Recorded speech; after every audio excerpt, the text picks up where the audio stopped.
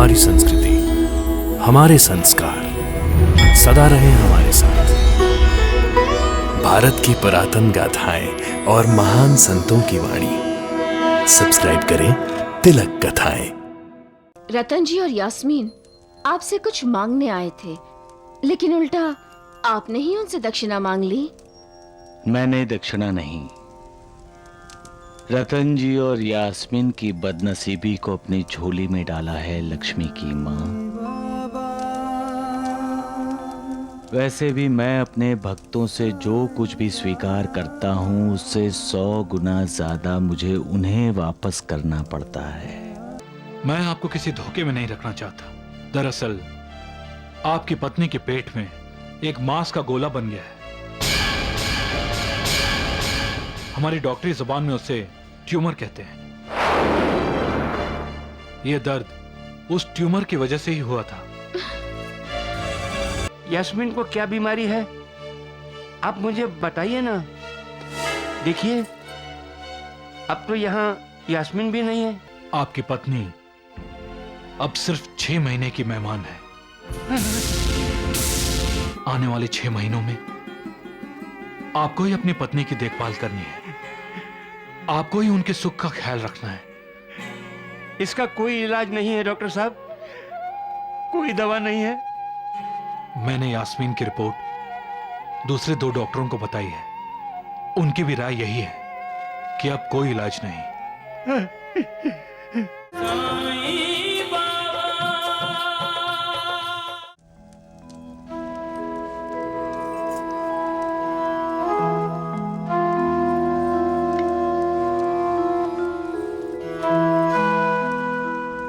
सोच क्या रहे रतन जी? जो मन में है साईं बाबा से कह दीजिए। हम आपकी शरण में आए हैं साईं बाबा। आप तो सब जानते हैं साईं बाबा, जिस प्रकार भक्ति के बिना कीर्तन, वादों के बिना संगीत अच्छा नहीं लगता, उसी प्रकार संतान के बिना घर अच्छा नहीं लगता, सूना सूना लगता है। क्या ईश्वर की कृपा हम पर नहीं होगी? क्या हमें संतान सुख प्राप्त नहीं होगा साईं बाबा? आप तो सबके कष्ट दूर कर देते हैं बाबा, हम पर भी कृपा कीजिए। हम बड़ी आशा लेकर आपके पास आए हैं साईं बाबा। साईं बाबा के पास जो भी आता है वो खाली हाथ नहीं जाता। मेरी खाली झोली भी भर दीजिए बाबा, हम पर दया कीजिए। दक्षिणा नहीं दोगे मुझे रतन जी?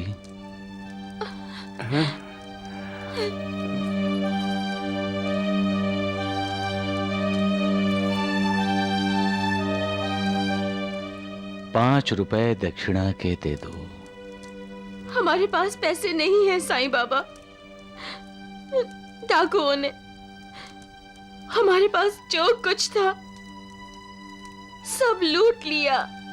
तुम्हारी जेब में ₹1 तो आने हैं।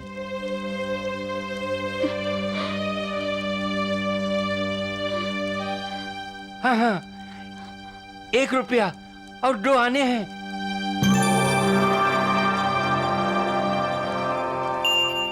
लीजिए।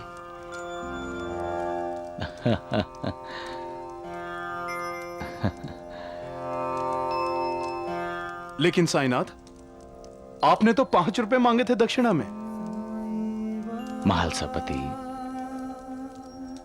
रतन जी ने ₹3.14 आने पहले से ही दे रखे हैं। हम दोनों तो पहली बार आपके दर्शन कर रहे हैं। अब चिंता त्याग दो, तुम लोगों के बुरे दिन बीत गए हैं। साईं कथा अनंत है, साईं नाम मालिक तुम्हारी इच्छा पूरी करेगा। जन्म सफल हो जाएगा। साईं साईं बोल।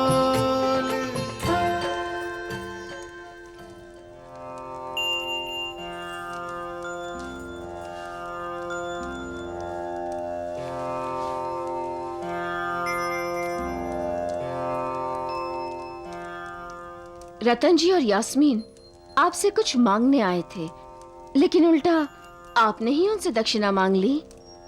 मैंने दक्षिणा नहीं, रतन जी और यास्मीन की बदनसीबी को अपनी झोली में डाला है लक्ष्मी की माँ। वैसे भी मैं अपने भक्तों से जो कुछ भी स्वीकार करता हूँ उससे 100 गुना ज्यादा मुझे उन्हें वापस करना पड़ता है। सबका मालिक एक। साहब जी, अगर आप लोगों ने हमें सहारा नहीं दिया होता तो पता नहीं हम जिंदा भी होते या। दीदी, जाने अनजाने में अगर हमसे कोई भूल हुई हो तो हमें माफ कर दीजिएगा। रो क्यों रही है पगली?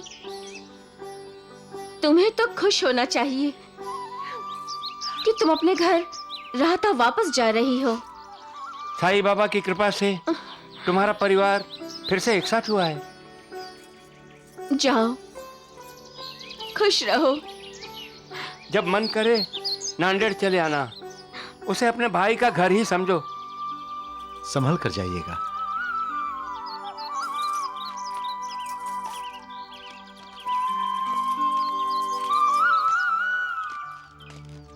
दासगणु जी, कहिए। साईं बाबा से हम पहले कभी मिले नहीं, फिर उन्होंने ये कैसे कहा हमारे 3 रुपए 14 आने पहले से उनके पास हैं? तब से मैं यही सोच रहा हूं। साईं बाबा की लीला साईं बाबा ही जाने। उन्होंने कहा है तो सत्य ही कहा है। आप लोग याद कीजिए, कभी नांदेड़ में साईं बाबा आए थे? कभी नहीं।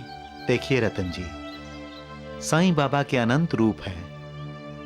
वो किसी भी रूप में अपने भक्त के दरवाजे पे दस्तक देते हैं और उसकी सहायता करते हैं। आपको याद नहीं, जंगल में जब शकुंतला के बच्चे के पेट में दर्द हुआ था तो एक फकीर आया था और उसने बाबा की उदी दी थी। ये लो पुड़िया और इसके पेट पे लगा दो, सब ठीक हो जाएगा।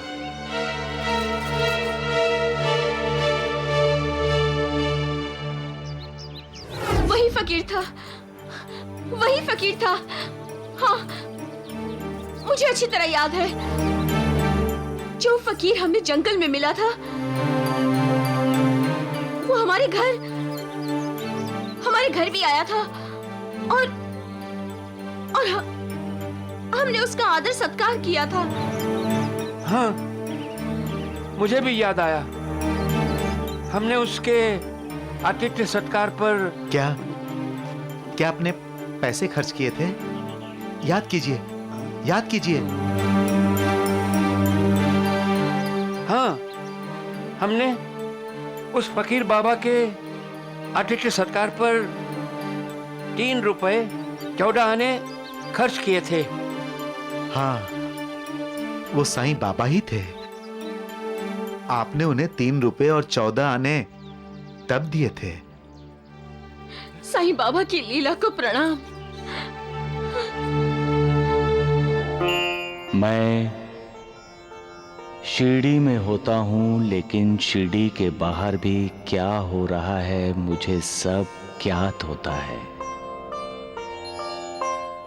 तुम चाहे कहीं भी रहो, जो चाहे करो, परंतु हमेशा याद रखो कि तुम जो कुछ भी करते हो उसका ज्ञान मुझे होता है। तुम श्रद्धा पूर्वक मेरे सामने हाथ फैलाओगे तो मैं तुम्हें खाली हाथ नहीं भेजूंगा। तुम जहां मेरा स्मरण करोगे मुझे अपने साथ पाओगे, क्योंकि मैं सर्वव्यापी हूं, सारे चराचर में व्याप्त हूं। जो मुझ पर विश्वास रखकर सदा मेरा चिंतन करता है उसके सारे कार्य मैं स्वयं करता हूं और अंत में उसे सद्गति प्रदान करता हूं। सबका मालिक एक। रतन जी, हाँ। खाना नहीं खाना क्या? क्या कर रहे हो? मैं अपनी बेटी को सुला रहा था। क्यों? हंस क्यों रही हो? रतन जी, शिरडी से लौटकर हम जब से नांदेड़ आए हैं, तुम ऐसी पागलों जैसी हरकतें क्यों करने लगे हो? अब मुझे तुम्हारी फिक्र होने लगी है। क्यों? माँ मैं अभी तक बनी नहीं, और तुम ये मानकर चल रहे हो कि हमें बेटी ही होगी। यास्मीन, हमें साईं बाबा ने आशीर्वाद दिया है और तुम जरूर माँ बनोगी। हम माँ बाप बनेंगे, ये सोचकर हम कितने खुश होते हैं। हाँ, जब हम सच में माँ बाप बनेंगे तो हम कितने खुश होंगे ना।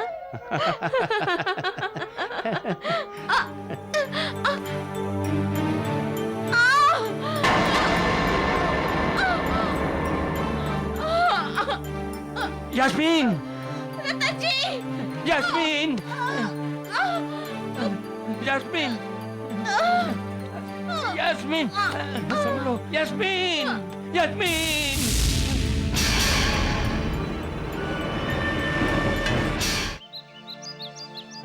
नहीं रतन जी, ऐसा कुछ नहीं है।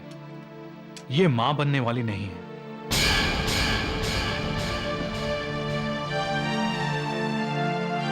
तो मेरे पेट में दर्द, वो चक्कर। मैं आपको किसी धोखे में नहीं रखना चाहता। दरअसल आपकी पत्नी के पेट में एक मांस का गोला बन गया है। हमारी डॉक्टरी जुबान में उसे ट्यूमर कहते हैं। यह दर्द उस ट्यूमर की वजह से ही हुआ था। मैं दवाई लिख देता हूं, उससे आपको आराम आ जाएगा। लेकिन एक हफ्ते बाद आपको फिर से चेकअप के लिए आना पड़ेगा। वैसे डॉक्टर साहब, कोई खतरे की बात तो नहीं है ना? मेरी यास्मीन ठीक तो है ना? हाँ, ठीक है यास्मीन। अच्छा साहब, डॉक्टर साहब,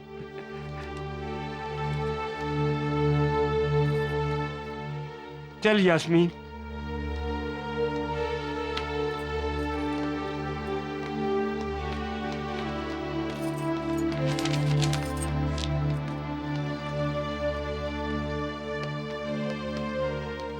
अरे क्या हुआ?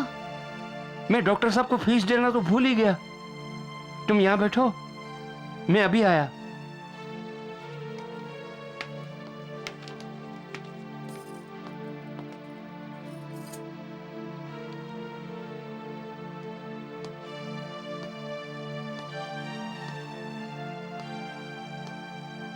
डॉक्टर साहब। अरे क्या हुआ? डॉक्टर साहब, मैं जानता हूं आप मुझसे कुछ छुपा रहे हैं। यास्मीन को क्या बीमारी है, आप मुझे बताइए ना।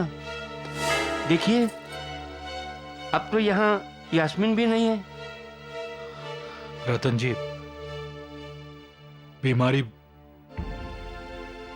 बहुत गंभीर है। मतलब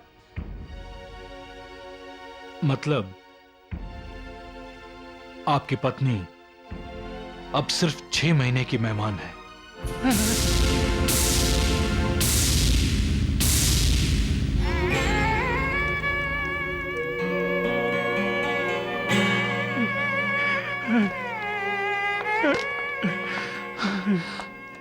मुझे बहुत अफसोस है रतन जी, लेकिन अपने आप को संभालो। कैसे संभालूं डॉक्टर साहब? यास्मीन, मेरी यास्मीन मेरी जिंदगी है, मेरी जान है वो।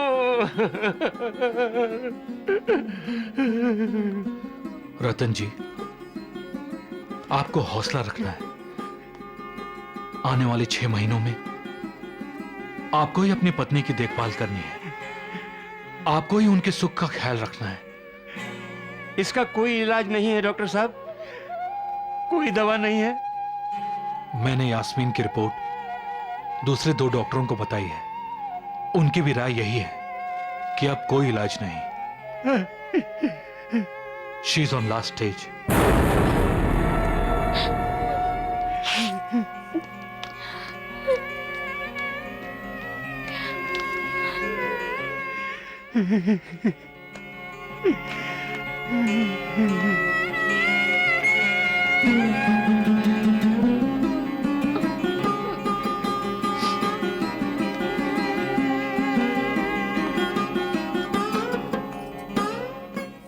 फीस दे दी? फीस? हाँ हाँ, फीस दे दी। कुछ कहा डॉक्टर साहब ने? नहीं। हाँ हाँ, डॉक्टर साहब ने कहा यास्मीन बिल्कुल ठीक हो जाएगी, फिर तुम माँ बनोगी, हमारे घर में बच्चा खेलेगा।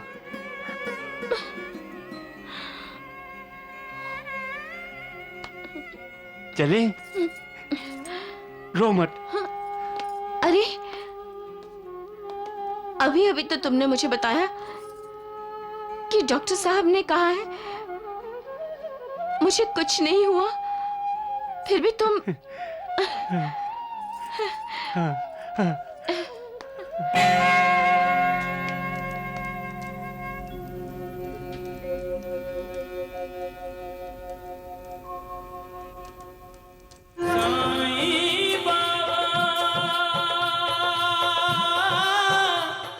साईं बाबा, हम आपके पास द्वारका माई में ही आ रहे थे। क्यों क्यों? नानावली चाचा, कल मंजुला दीदी की मंगनी है, कल दीदी के वो आएंगे। अच्छा।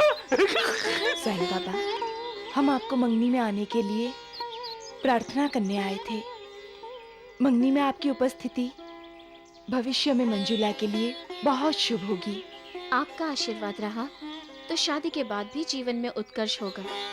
मैं जब भविष्य में झांकता हूँ तो बहुत चिंता हो जाती है मुझे।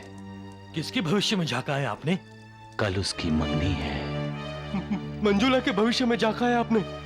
अंधेरा है नानावली, और अंधेरा बड़ा दुष्ट है, प्रकाश को भी निगल लेता है। पर बाबा, मंजुला की तो आप पर श्रद्धा है। और आप भी कहते हैं जहां श्रद्धा है वहां विश्वास है। जहां विश्वास है वहां प्रेम और भक्ति है।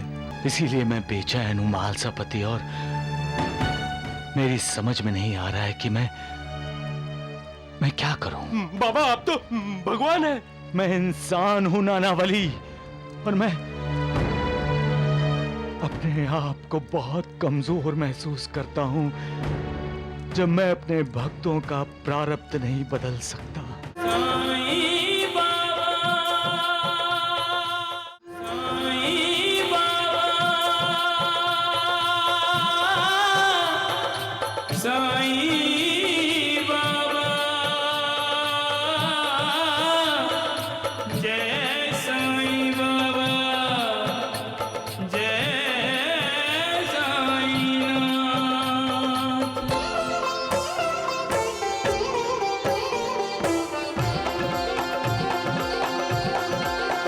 साईं राम साईं श्याम दुख भंजन तेरु नाम। साईं राम साईं श्याम दुख भंजन तेरु नाम। हे साईं नाथ तेरे आने से, हे साईं नाथ तेरे आने से हुआ धन्य ये धरती धाम धाम। साईं राम साईं श्याम दुख भंजन तेरु। कैसी हो मंजुला?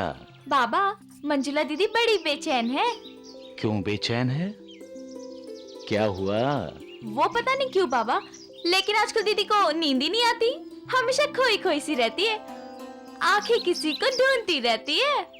और इतना ही नहीं, आजकल तो दीदी को शिकर भी मीठा नहीं लगता। सुशीला तुम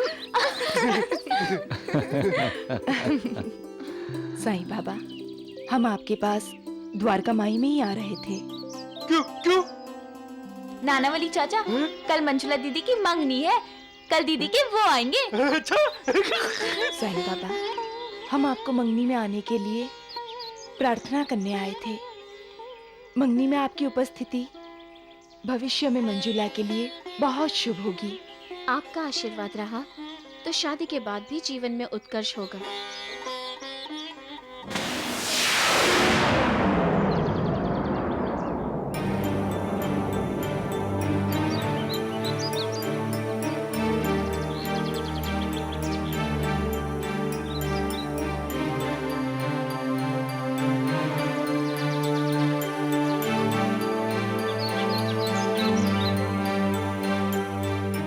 सबका मालिक एक।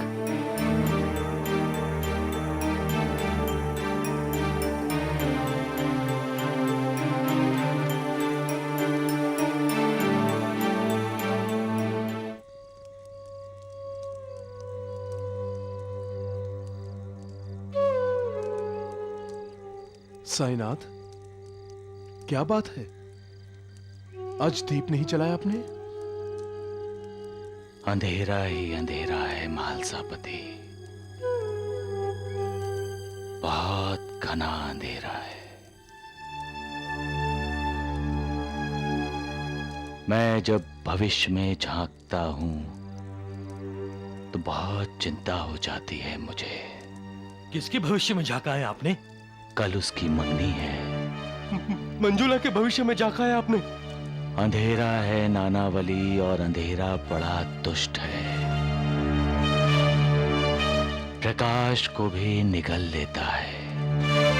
पर बाबा, मंजुला की तो आप पर श्रद्धा है, और आप ही कहते हैं जहां श्रद्धा है वहां विश्वास है।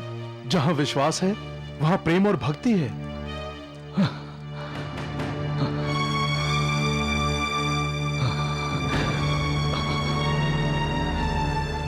इसीलिए मैं बेचैन हूं मालसापति, और मेरी समझ में नहीं आ रहा है कि मैं क्या करूं। बाबा, आप तो भगवान हैं। मैं इंसान हूं नानावली, और मैं अपने आप को बहुत कमजोर महसूस करता हूं जब मैं अपने भक्तों का प्रारब्ध नहीं बदल सकता, जब मैं उनके कर्म बंधनों से उन्हें छुटकारा नहीं दिला सकता, जब उनके भाग्य में हस्तक्षेप नहीं कर सकता। मंजुला के भविष्य में क्या है साईं बाबा? तूफान आने वाला है, जज्बातों की आंधी चलने वाली है, प्रेम, श्रद्धा और विश्वास का तूफान आने वाला है। क्या हम ये शादी रोक नहीं सकते? होनी को कौन रोक सकता है मालसापति? होनी तो होकर ही रहती है। होनी के सामने किसी का जोर नहीं चलता, सब विवश हो जाते हैं, विवश।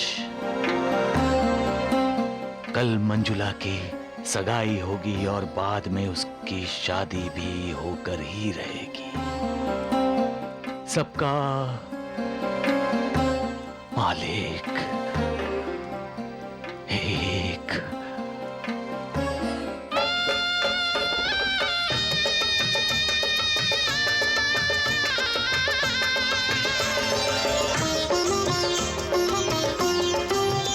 आज है सगाई हमारी प्यारी लाडली की, प्यारी लाडली की। दुआएं हम मांगते हैं सारे जमाने की, सारे जमाने की।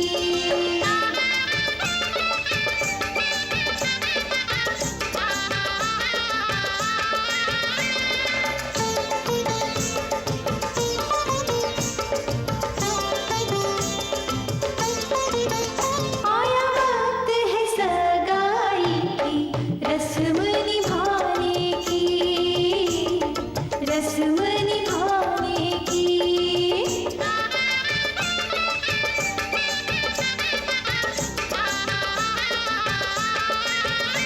आज की मिठाई की खुशबू सालों साल रहे, रमाकांत जी, जैसा कि तय किया गया है, आज से ठीक 3 महीने बाद ये शादी होगी। हमें तो आज से उस दिन का इंतजार है महादेव जी। साईनाथ, परीक्षा की घड़ी आ गई महालसापति।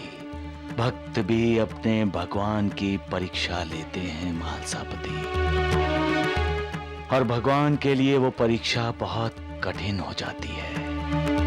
वो खरा उतरे तो कैसे? अगर वो खरा नहीं उतरता तो भक्तों का अपने भगवान पर विश्वास कैसे रहेगा?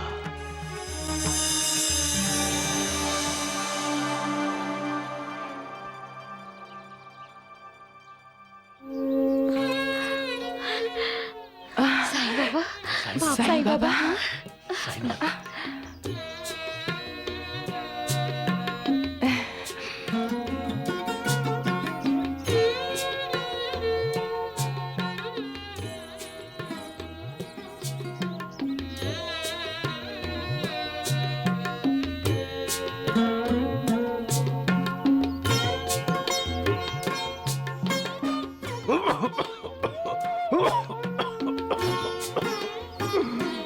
आशीर्वाद दीजिए साईं बाबा।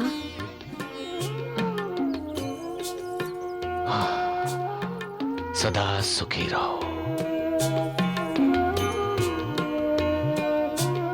आपका आशीर्वाद साथ है साईं बाबा, तो सुख ही सुख है। दुख तो हमें छू भी नहीं सकता।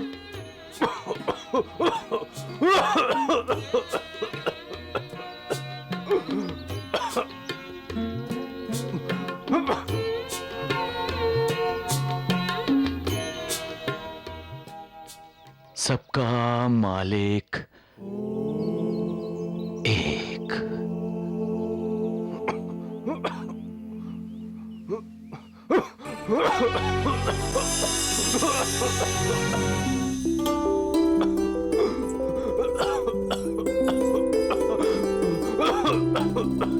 साईं बाबा की उदी है, आपकी हर संकट से रक्षा करेगी।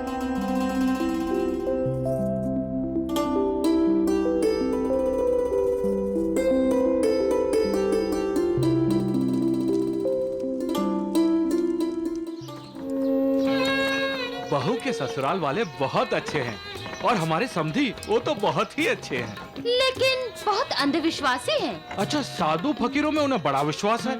और तो और उन्होंने मंगनी में किसी साईं बाबा का आशीर्वाद लिया। हाँ, मेरी खांसी ठीक होने के लिए मंजुला ने मुझे साईं बाबा की उदी भी दी है। क्या? साईं बाबा की उदी? हाँ। भला उदी से किसी की खांसी ठीक हुई है क्या? मत खाना उसे। माँ, उदी मेरे पास ही है। फेंक दे उसे। नहीं, उदी मत फेंको दीनानाथ, उदी मत फेंको। अपने ही हाथों से अपने भविष्य को आग मत लगाओ बेटे, उदी मत फेंको। साईनाथ, क्या हुआ साईं बाबा? कौन फेंक रहा है उदी?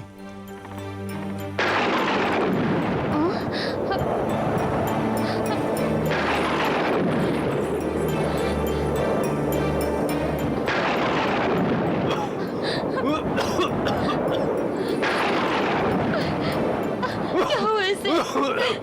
कुछ बोलो ना, क्या हुआ इसे?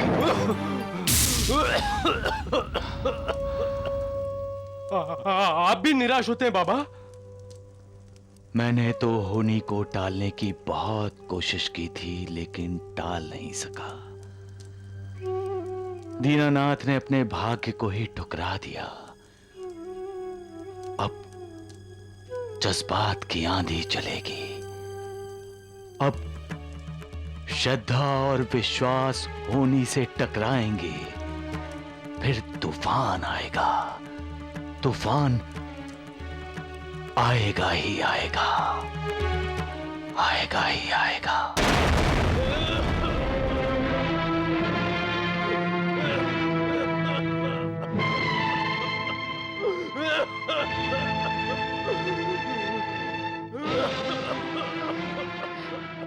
अरे अरे क्या हो गया? अरे मेरे बेटे को, मेरे लाल, क्या हो बेटा? बेटा, अरे पागल पार्वती देख क्या रही है? जल्दी से पानी ला, पानी पिला उसे। जल्दी ला। बस बस बेटा, बस बस बस, शांत हो जाओ, कुछ नहीं होगा। अरे जल्दी ला ना। अरे क्या कर रही हो, जल्दी लाओ। बस बेटा, लाओ। ला, लीजिए जल्दी दे। पी बेटा, पी।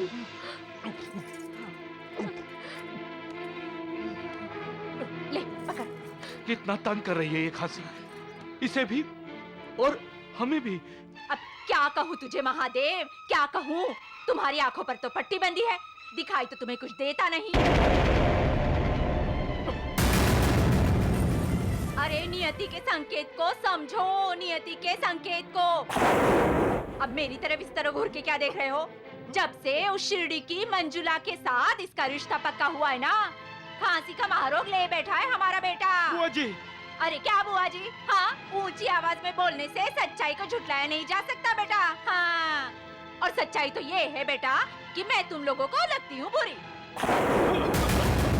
क्योंकि मैं बोलती हूँ सच, और वो भी सबके सामने।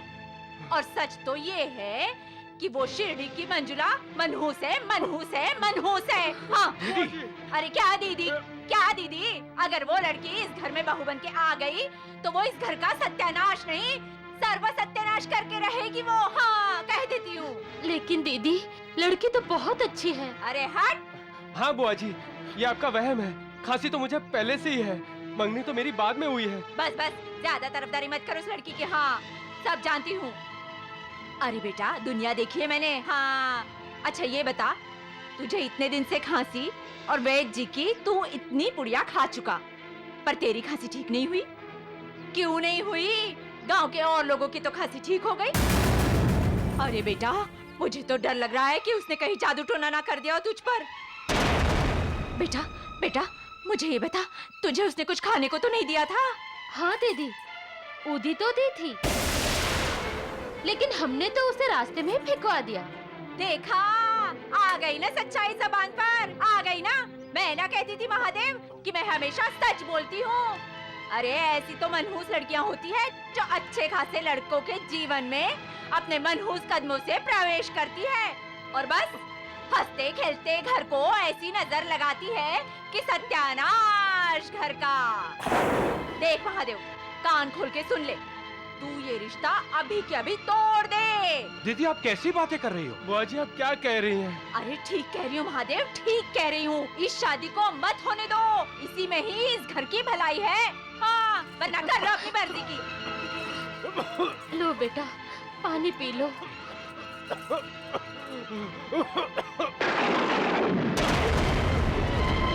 Oh